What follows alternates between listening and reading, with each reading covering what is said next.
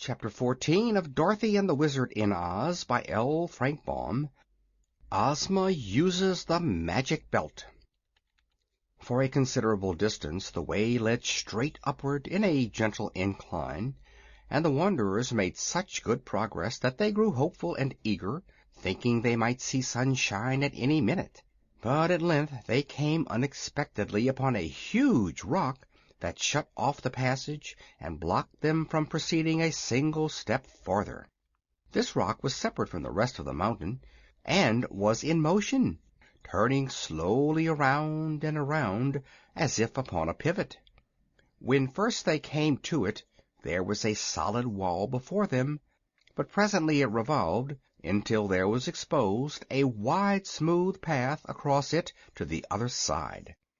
This appeared so unexpectedly that they were unprepared to take advantage of it at first, and allowed the rocky wall to swing around again before they had decided to pass over.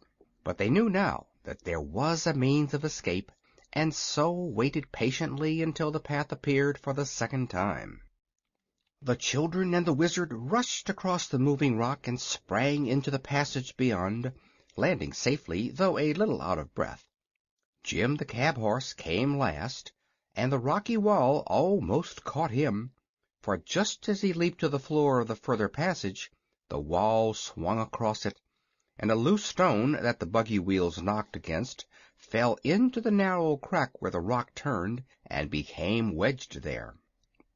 They heard a crunching, grinding sound, a loud snap, and then the turntable came to a stop, with its broadest surface shutting off the path from which they had come. "Never mind," said Zeb. "We don't want to get back anyhow." "I'm not so sure of that," returned Dorothy. "The Mother Dragon may come down and catch us here." "It is possible," agreed the Wizard, "if this proves to be the path she usually takes. But I have been examining this tunnel, and I do not see any signs of so large a beast having passed through it." "Then we're all right," said the girl, "for if the dragon went the other way she can't possibly get to us now." "Of course not, my dear, but there is another thing to consider. The Mother Dragon probably knows the road to the earth's surface, and if she went the other way, then we have come the wrong way," said the Wizard thoughtfully. "Dear me!" cried Dorothy. "That would be unlucky, wouldn't it?" "Very. Unless this passage also leads to the top of the earth," said Zeb. "For my part, if we manage to get out of here, I'll be glad it isn't the way the dragon comes." "So will I," returned Dorothy. "It's enough to have your pedigree flung in your face by those saucy dragonettes. No one knows what the mother might do." They now moved on again, creeping slowly up another steep incline. The lanterns were beginning to grow dim, and the Wizard poured the remaining oil from one into the other, so that the one light would last longer. But their journey was almost over, for in a short time they reached a small cave from which there was no further outlet. They did not realize their ill fortune at first, for their hearts were gladdened by the sight of a ray of sunshine coming through a small crack in the roof of the cave far overhead. That meant that their world, the real world, was not very far away, and that the succession of perilous adventures they had encountered had at last brought them near the earth's surface, which meant home to them. But when the adventurers looked more carefully around them, they discovered that they were in a strong prison from which there was no hope of escape. "But we're almost on earth again," cried Dorothy, "for there is the sun, the most beautiful sun that shines," and she pointed eagerly at the crack in the distant roof. "Almost on earth isn't being there," said the kitten in a discontented tone. "It wouldn't be possible for even me to get up to that crack, or through it if I got there." "It appears that the path ends here," announced the Wizard gloomily. "And there is no way to go back," added Zeb, with a low whistle of perplexity. "I was sure it would come to this in the end," remarked the old cab-horse. "Folks don't fall into the middle of the earth and then get back again to tell of their adventures, not in real life. And the whole thing has been unnatural, because that cat and I are both able to talk your language and to understand the words you say." "And so can the 9 tiny piglets," added Eureka. "Don't forget them, for I may have to eat them after all." "I've heard animals talk before," said Dorothy, "and no harm came of it." "Were you ever shut up in a cave far under the earth with no way of getting out?" inquired the horse, seriously. "No," answered Dorothy. "But don't lose heart, Jim, for I'm sure this isn't the end of our story by any means." The reference to the piglets reminded the Wizard that his pets had not enjoyed much exercise lately, and must be tired of their prison in his pocket. So he sat down upon the floor of the cave, brought the piglets out one by one, and allowed them to run around as much as they pleased. "My dears," he said to them, "I'm afraid I have got you into a lot of trouble, and that you will never again be able to leave this gloomy cave." "What's wrong?" asked the piglet. "We've been in the dark quite a while, and you may as well explain what has happened." The Wizard told them of the misfortune that had overtaken the wanderers. "Well," said another piglet, "you are a wizard, are you not?" "I am," replied the little man. "Then you can do a few whizzes and get us out of this hole," declared the tiny one with much confidence. "I could if I happened to be a real wizard," returned the master sadly, "but I'm not, Piggy Weeze. I'm a humbug wizard." "Nonsense!" cried several of the piglets together. "You can ask Dorothy," said the little man in an injured tone. "It's true enough," returned the girl earnestly. "Our friend Oz is merely a humbug wizard, for he once proved it to me. He can do several very wonderful things if he knows how, but he can't whiz a single thing if he hasn't the tools and machinery to work with." "Thank you, my dear, for doing me justice," responded the Wizard gratefully. "To be accused of being a real wizard when I'm not is a slander I will not tamely submit to. But I am one of the greatest humbug wizards that ever lived, and you will realize this when we have all starved together and our bones are scattered over the floor of this lonely cave." "I don't believe we'll realize anything when it comes to that," remarked Dorothy, who had been deep in thought. "But I'm not going to scatter my bones just yet, because I need them, and you probably need yours too." "We are helpless to escape," sighed the Wizard. "We may be helpless," answered Dorothy, smiling at him, "but there are others who can do more than we can. Cheer up, friends. I'm sure Ozma will help us." "Ozma?" exclaimed the Wizard. "Who is Ozma?" "The girl that rules the marvelous land of Oz," was the reply. "She's a friend of mine, for I met her in the land of Ev not long ago, and went to Oz with her." "For the second time?" asked the Wizard with great interest. "Yes. The first time I went to Oz I found you there, ruling the Emerald City. After you went up in a balloon and escaped us, I got back to Kansas by means of a pair of magical silver shoes." "I remember those shoes," said the little man, nodding. "They once belonged to the Wicked Witch. Have you them here with you?" "No, I lost them somewhere in the air," exclaimed the child. "But the second time I went to the Land of Oz I owned the Nome King's magic belt, which is much more powerful than were the silver shoes." "Where is that magic belt?" inquired the Wizard, who had listened with great interest. "Ozma has it, for its powers won't work in a common ordinary country like the United States. Anyone in a fairy country like the Land of Oz can do anything with it, so I left it with my friend, the Princess Ozma, who used it to wish me in Australia with Uncle Henry."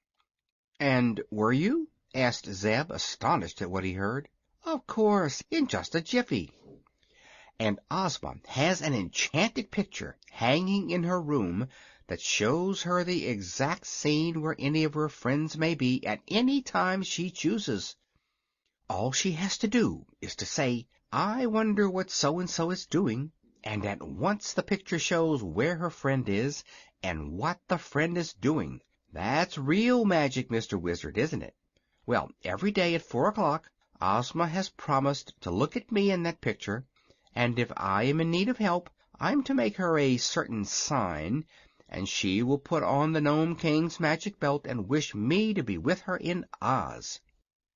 "Do you mean that Princess Ozma will see this cave in her enchanted picture, and see all of us here, and what we are doing?" demanded Zeb. "Of course, when it is 4 o'clock," she replied, with a laugh at his startled expression. "And when you make a sign, she will bring you to her in the Land of Oz," continued the boy. "That's it exactly, by means of the magic belt." "Then," said the Wizard, "you will be saved, little Dorothy, and I am very glad of it. The rest of us will die much more cheerfully when we know you have escaped our sad fate." "I won't die cheerfully," protested the kitten. "There's nothing cheerful about dying that I could ever see, although they say a cat has 9 lives, and so must die 9 times." "Have you ever died yet?" inquired the boy. "No, and I'm not anxious to begin," said Eureka. "Don't worry, dear," Dorothy exclaimed. "I'll hold you in my arms and take you with me." "Take us too!" cried the 9 tiny piglets all in one breath. "Perhaps I can," answered Dorothy. "I'll try." "Couldn't you manage to hold me in your arms?" asked the cab horse. Dorothy laughed. "I'll do better than that," she promised, "for I can easily save you all, once I am myself in the Land of Oz." "How?" they asked. "By using the magic belt. All I need to do is to wish you with me, and there you'll be, safe in the royal palace." "Good!" cried Zeb. "I built that palace and the Emerald City, too," remarked the Wizard in a thoughtful tone, "and I'd like to see them again, for I was very happy among the Munchkins and Winkies and Quadlings and Gillikins." "Who are they?" asked the boy. "The 4 nations that inhabit the Land of Oz," was the reply. "I wonder if they would treat me nicely if I went there again." "Of course they would," declared Dorothy. "They are still proud of their former wizard, and often speak of you kindly." "Do you happen to know whatever became of the Tin Woodman and the Scarecrow?" he inquired. "They live in Oz yet," said the girl, "and are very important people." "And the Cowardly Lion?" "Oh, he lives there, too, with his friend the Hungry Tiger. And Billina is there, because she liked the place better than Kansas, and wouldn't go with me to Australia." "I'm afraid I don't know the Hungry Tiger and Billina," said the Wizard, shaking his head. "Is Billina a girl?" "No, she's a yellow hen, and a great friend of mine. You're sure to like Billina when you know her," asserted Dorothy. "Your friends sound like a menagerie," remarked Zeb uneasily.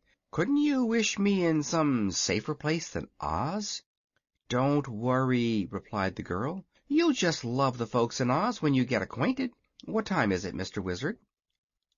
The little man looked at his watch, a big silver one that he carried in his vest pocket. "3:30, he said.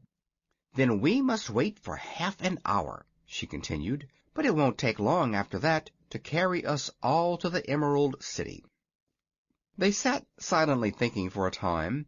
Then Jim suddenly asked, "Are there any horses in Oz?" "Only one," replied Dorothy, "and he's a sawhorse." "A what?" "A sawhorse. Princess Ozma once brought him to life with a witch powder when she was a boy." "Was Ozma once a boy?" asked Zeb wonderingly. "Yes, a wicked witch enchanted her so she could not rule her kingdom. But she's a girl now, and the sweetest, loveliest girl in all the world." "A sawhorse is a thing they saw boards on," remarked Jim with a sniff. "It's not when it's alive," acknowledged the girl. "But this sawhorse can trot as fast as you can, Jim, and he's very wise, too." "Pah! I'll race the miserable wooden donkey any day in the week," cried the cab horse. Dorothy did not reply to that. She felt that Jim would know more about the sawhorse later on. The time dragged wearily enough to the eager watchers, but finally the Wizard announced that 4 o'clock had arrived, and Dorothy caught up the kitten and began to make the signal that had been agreed upon to their faraway invisible Ozma. "Nothing seems to happen," said Zeb doubtfully. "Oh, we must give Ozma time to put on the magic belt," replied the girl. She had scarcely spoken the words when she suddenly disappeared from the cave, and with her went the kitten. There had been no sound of any kind, and no warning. One moment Dorothy sat beside them with the kitten in her lap, and a moment later the horse, the piglets, the Wizard, and the boy were all that remained in the underground prison.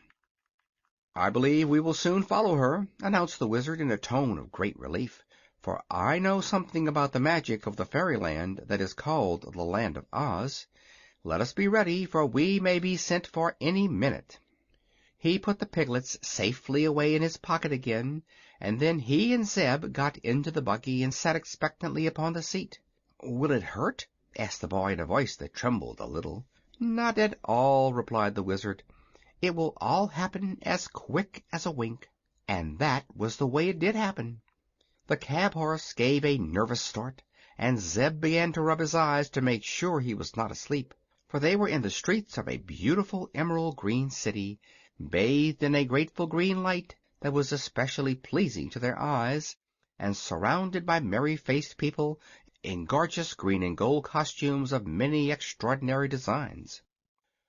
Before them were the jewel-studded gates of a magnificent palace, and now the gates opened slowly as if inviting them to enter the courtyard, where splendid flowers were blooming and pretty fountains shot their silvery sprays into the air.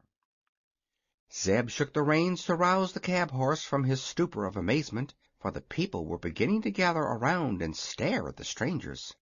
"Gid-dap!" cried the boy, and at the word Jim slowly trotted into the courtyard and drew the buggy along the jeweled driveway to the great entrance of the royal palace.